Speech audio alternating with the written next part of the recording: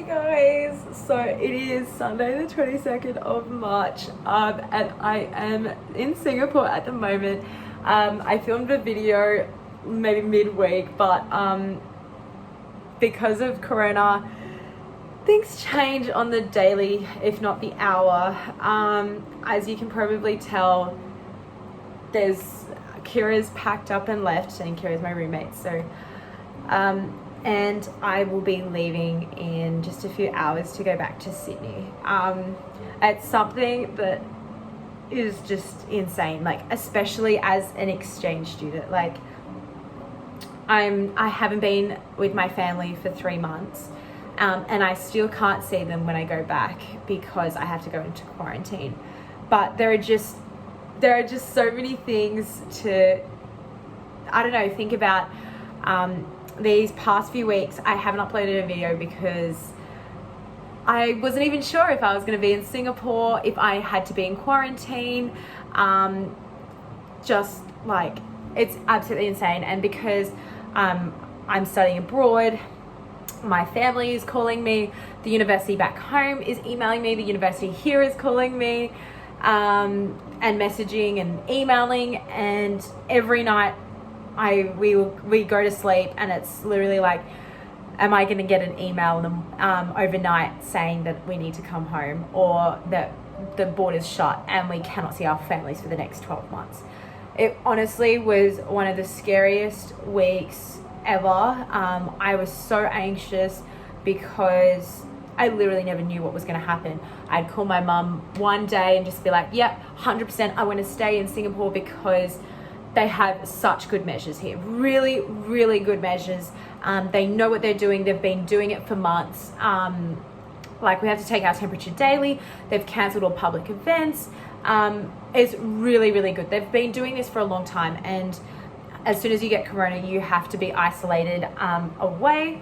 But it's just, I know it sounds insane in Australia. So I thought, I'd stay here. But more and more friends were leaving. Family, I felt like I was really missing my family in these really tough times, but that it was safer for me to be here. And I think it was probably the pinnacle of stress was Wednesday morning this week, and we had stayed up till about 2 a.m. that morning, or that night/morning, because one of our friends was leaving, who had to go back to Canada. So we said goodbye, talked about it, and I had a test in the morning at 8:30 in the morning while all of this stuff was happening. I set my alarm, but I was so tired I turned it off.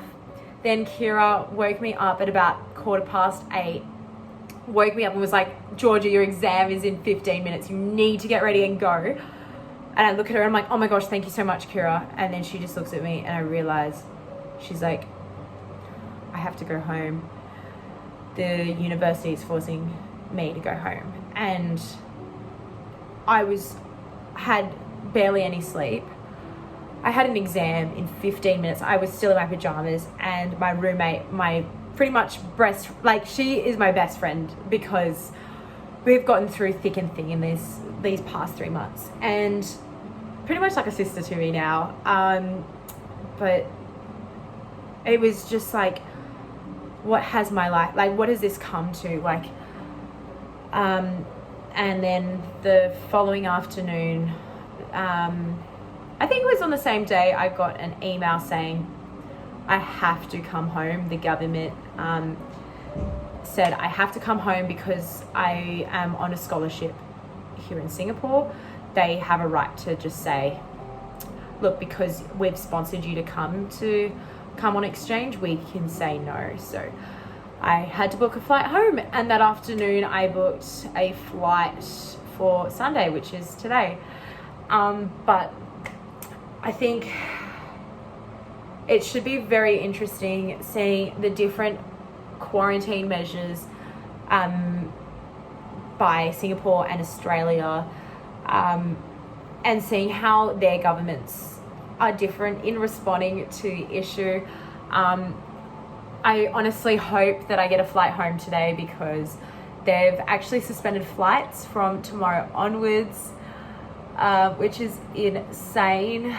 They're closing the borders. Kira, who is currently at the airport, just called me about 5 minutes ago saying that Vietnam's closed the borders. So this is her third cancellation. Fingers crossed we get back to Sydney, Australia at some point today. Not today, this week, honestly. Like, it's a mess. Everyone is slowly leaving the country. Yeah, but it's just like, we would have never expected this. I never would have known that this was going to happen during my exchange. I still remember in about, I think it was late January, early February, I was supposed to go to China. I was going to Shanghai to visit some family for Chinese New Year, and I had to cancel it the day of, or I think it was the day before. I had packed my suitcase. I was ready to go to Shanghai, and it was just like, no, China's closing. Just like China hadn't even closed their borders at that point.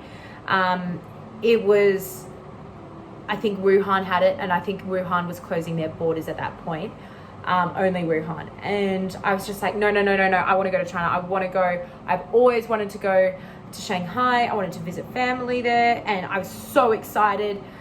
But I never would have guessed at that point that that was the best decision I ever made. Like one of the best, yeah, because I would have been either stuck in China or I would have been here in quarantine for a few weeks. So, yeah, I guess it's time to go home, time to pack. I will be back in Sydney, Australia tomorrow, hopefully, but I have to be in quarantine for 2 weeks.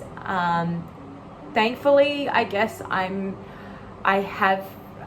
get to do it myself, self-quarantining. I don't have to go to a center or something, which is really lucky, but I honestly think that will be the next step, and I really hope that they do take that next step, because I guess it's up to me that I take the precautions and I don't leave the house, but I'm sure other people do, which is their decision, but it is at a point now where it's like insane. Who knows what's going to happen next? Who knows if it's going to get better, worse, if this is going to last 3 months, 6 months. I still have exams this week, which is crazy, because like I have had no sleep, and somehow I still need to do online exams, because this is the last 2-3 weeks of semester for me. Whereas back home it's just the second week of semester, so it's pretty chill for them. But I only have final exams left pretty much, which is so stressful, and I have to do them online and study, but I guess that's kind of good that I'm in self-isolation. But we'll see what happens. I'll keep you guys updated, but let's see if I make it back to Sydney tomorrow.